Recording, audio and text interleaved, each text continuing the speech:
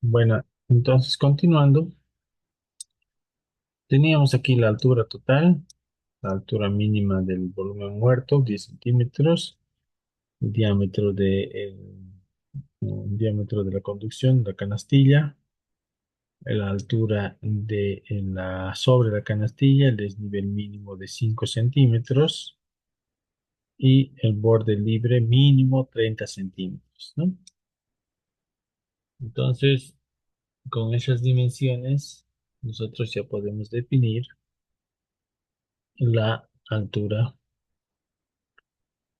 la carga requerida para que el gasto de salida de la captación pueda fluir por la tubería de conducción eh, según la ecuación que la altura requerida va a ser igual a la altura sobre el canastillo más el diámetro de la tubería de conducción tiene que ser igual a 1,56 veces la relación de la velocidad, ¿no? Estamos transportando aquí en vez de caudal y área era velocidad al cuadrado sobre dos veces la gravedad, ¿no? Por continuidad, perdón, la ecuación de la velocidad de caudal es velocidad por área, entonces la velocidad es caudal sobre área, ¿no? Esta relación nos va a servir para determinar esa altura que garantice la circulación por la conducción, ¿no? Esa es la altura requerida y tenemos el caudal máximo diario, ¿no? Para el dimensionamiento de la canastilla, se considera que el diámetro de la canastilla debe ser dos veces el diámetro de la tubería de salida de la línea de conducción. Que el área total de las ranuras que va a tener este canastillo sea el doble al área de la tubería de la línea de conducción y que la longitud de la canastilla sea mayor a tres veces el diámetro de la canastilla y menor a seis veces el diámetro de la canastilla. Con esas relaciones podemos dimensionar la canastilla, ¿no? El número de ranuras es igual al área total de las ranuras dividido entre el área de cada ranura más uno, ¿no?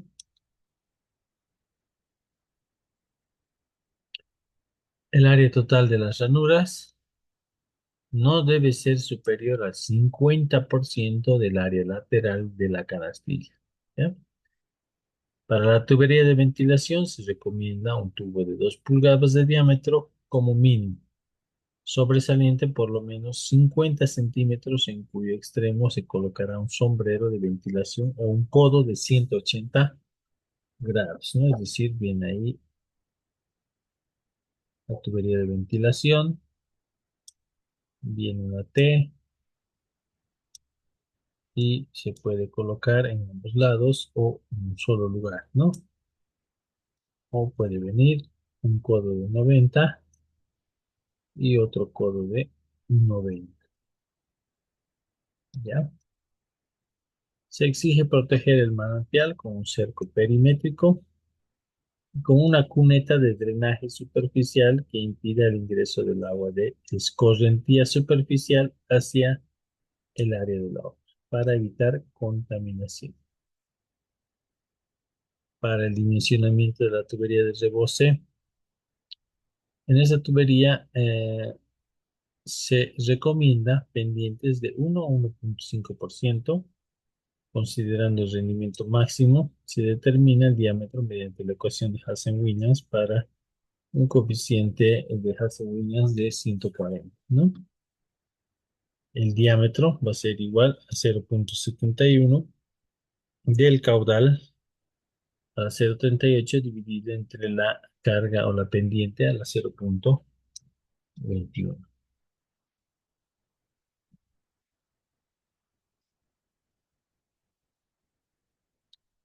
Dentro de este diseño estructural, para el diseño estructural se considera el muro sometido a un empuje de la tierra, ¿no?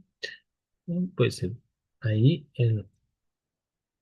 y su empuje, ¿no?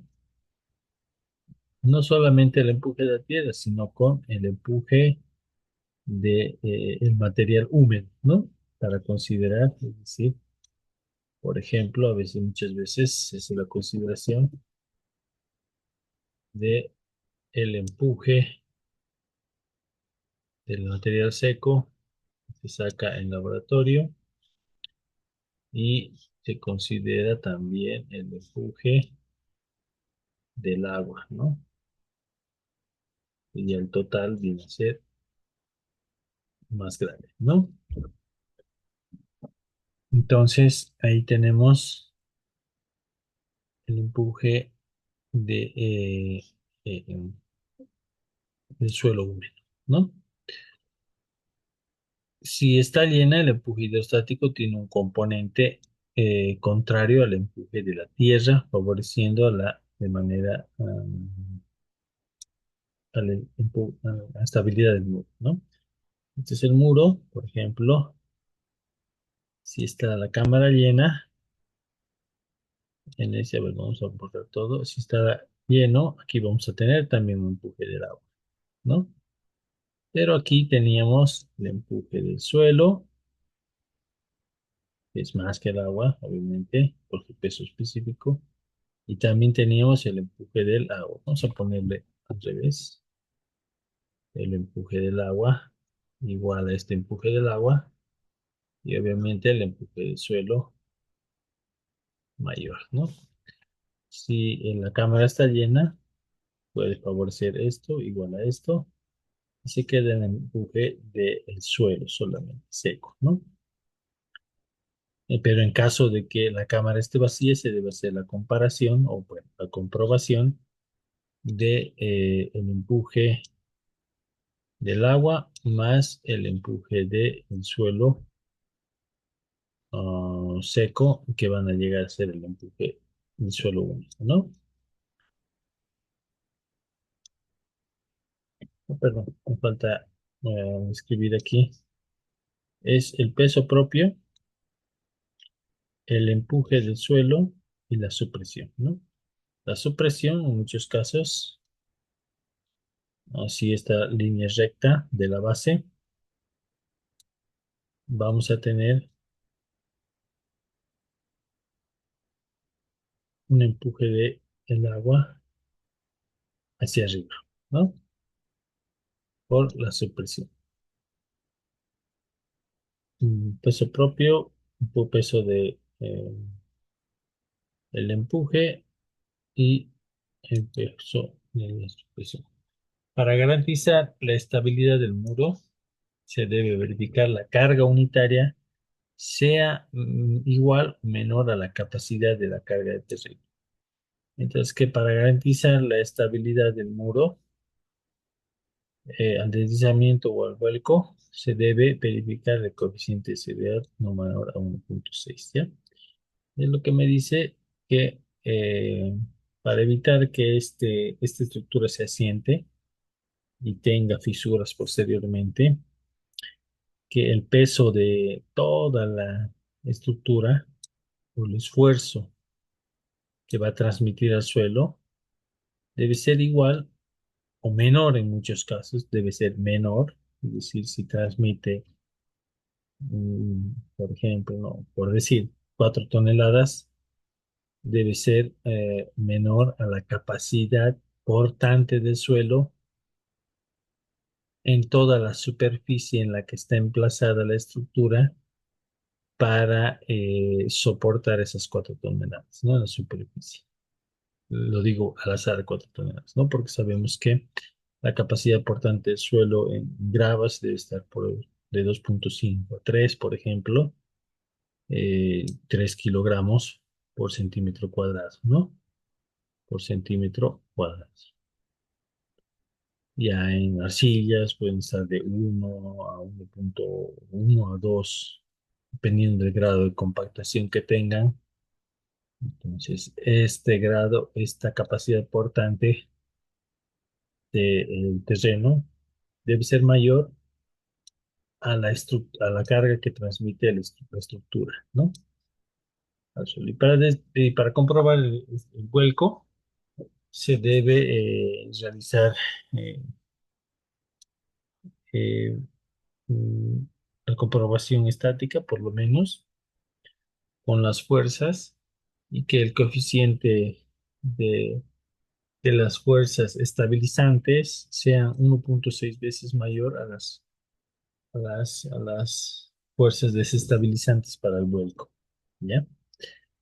Entonces, donde C sub AH es el coeficiente del empuje, el peso específico del suelo, la altura del muro sujeta a presión y en ángulo de rozamiento interno, ¿no?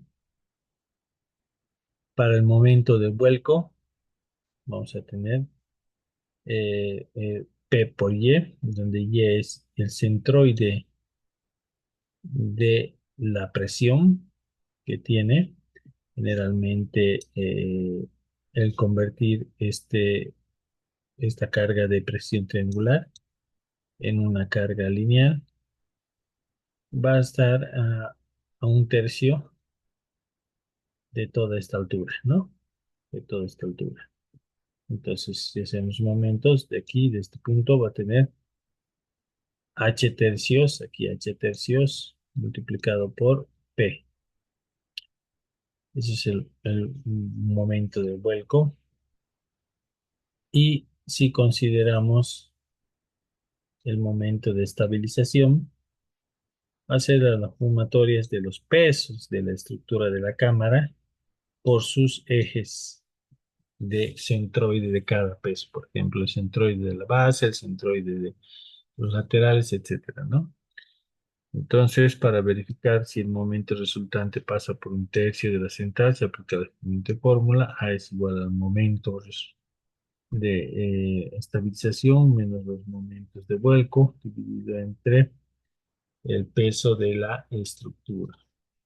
¿Ya?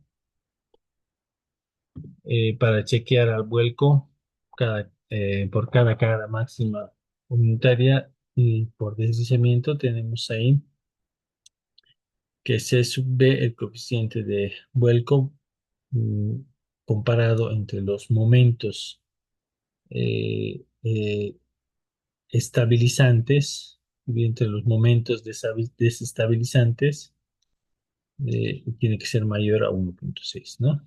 Como les decía, los momentos estabilizantes tienen que ser un 60% más que los momentos desestabilizantes, ¿ya? Por la carga máxima unitaria, vamos a tener que P1 tiene que ser igual a 4 veces la longitud menos 6 veces A, dividido entre el peso total de estructura dividido entre la longitud al cuadrado, ¿no? Y la carga 2, 6 veces A menos 2 veces la longitud, el peso de la estructura, L A cuadrado, ¿no? El mayor valor que resulte de P1 y P2 debe ser menor o igual a la capacidad de carga del terreno. Ya la referencia que les daba era ambas fuercillas, dependiendo de la capacidad faltante del terreno, ¿no? Por deslizamiento, igual, por deslizamiento, son las fuerzas horizontales. Bueno, estas fuerzas de fricción, las fuerzas de fricción que tiene, por ejemplo, esta estructura, estas fuerzas de fricción, bueno, pues no son las fuerzas de fricción se encuentran entre el contacto de la estructura con el suelo, ¿no? Entonces, esas son las fuerzas que se oponen al deslizamiento. Las fuerzas de fricción tienen que ser mayor a el empuje que va a tener el terreno, ¿no? Mayor al empuje que terreno. Igual tiene que tener un 60% más para evitar que esta estructura se llegue a deslizar por la ladera, ¿no? No va a deslizarse toda la estructura, sino que cualquier movimiento que tenga va a generar esfuerzos internos en la estructura y va a provocar, por ejemplo, fisuras, ¿no? Eso es lo que se quiere evitar. Aquí tenemos un esquema de un terreno permeable con agua, alguna zona fisurada de los estratos y por ahí emerge o aflora el agua de la vertiente, ¿no? Algunas partes principales de la captación es, por ejemplo, si se considera como fuente de agua un manantial de fondo y concentrado, la estructura de captación podrá reducirse a una cámara sin fondo que rodee el punto donde el agua brota, ¿ya? Constatará de dos partes, la primera es la cámara húmeda, que sirve para almacenar el agua, y la otra que es la cámara seca, que sirve para proteger las válvulas, ¿no?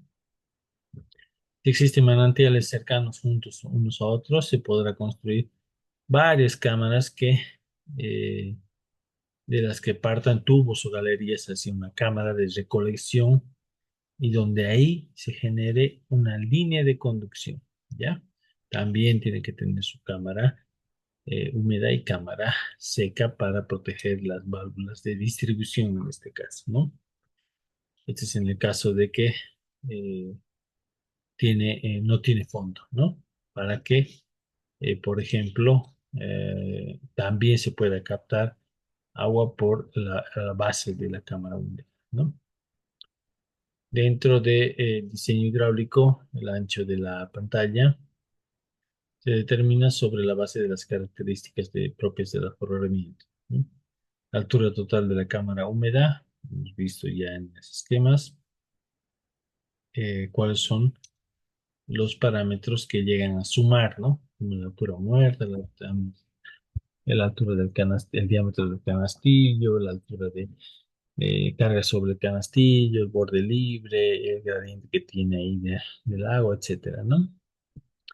Para determinar la altura de la captación es necesario conocer la carga referida para el gasto de salida de la captación pueda fluir, ¿no?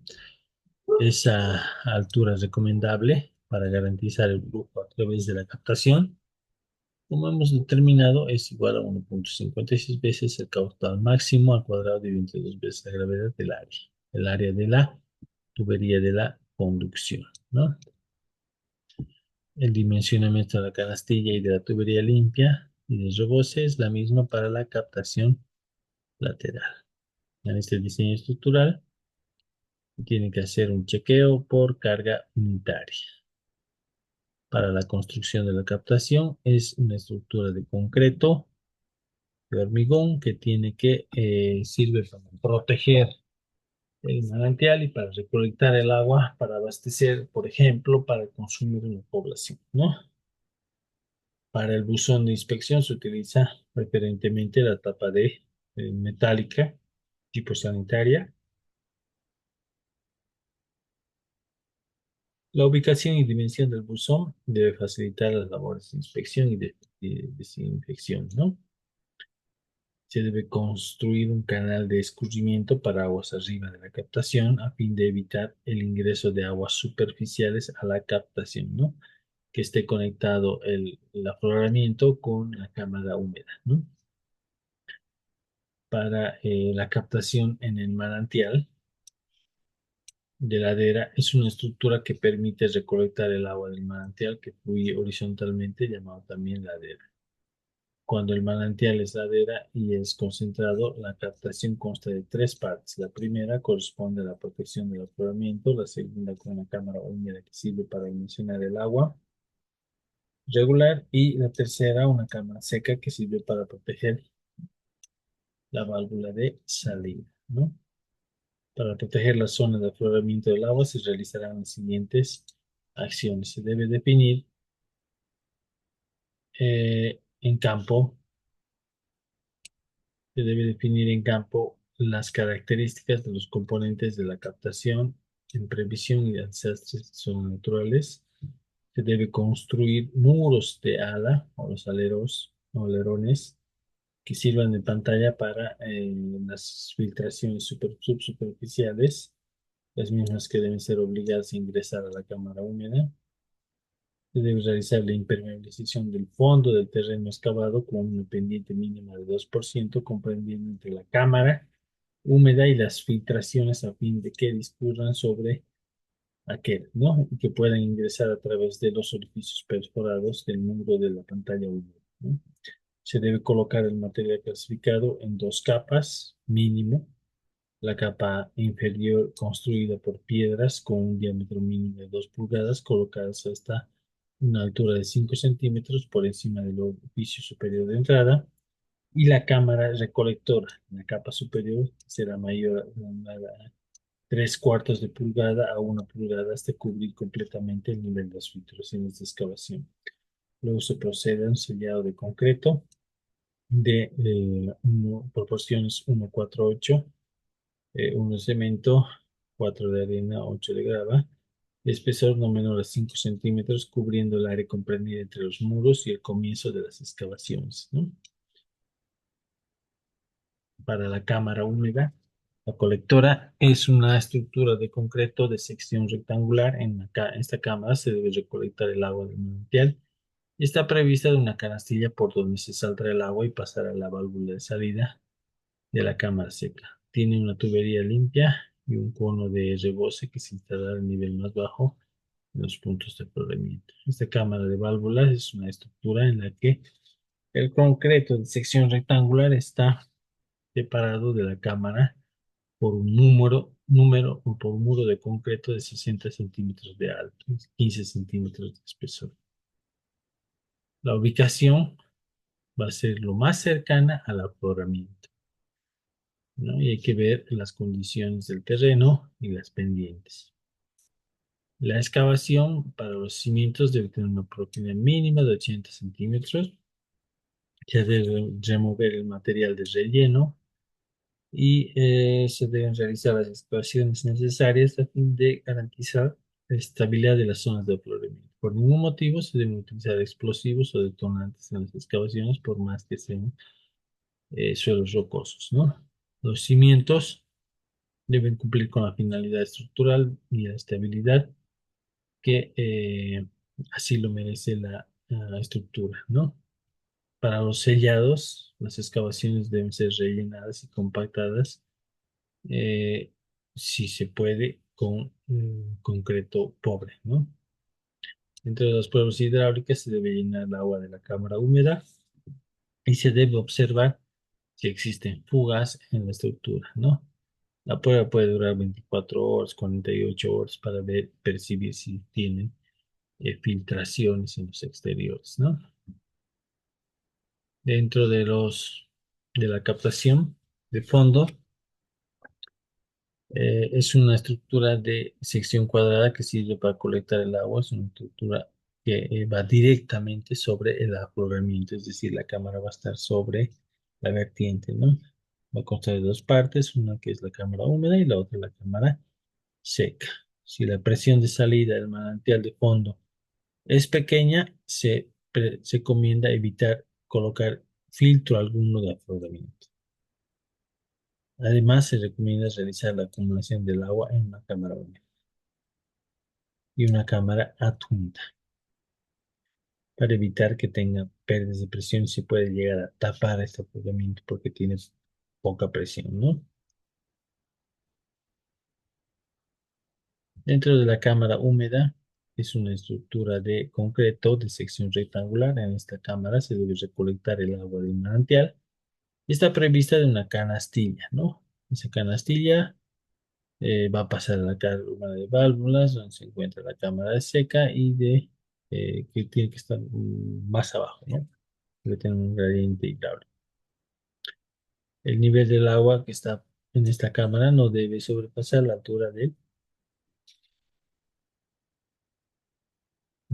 la vertiente, ¿no? La cámara seca es una cámara de concreto rectangular donde debe estar separada de la cámara húmeda por un muro de concreto de 60 centímetros y 15 centímetros de espesor. Tenemos una imagen de la captación sobre la vertiente. Bueno, este es el trabajo práctico, ¿no? Hasta este punto vamos a ver el día de hoy. Mañana vamos a continuar con las cámaras superficiales, escurrimiento superficial para hacer ejercicios prácticos, ¿no? ¿Tienen alguna consulta?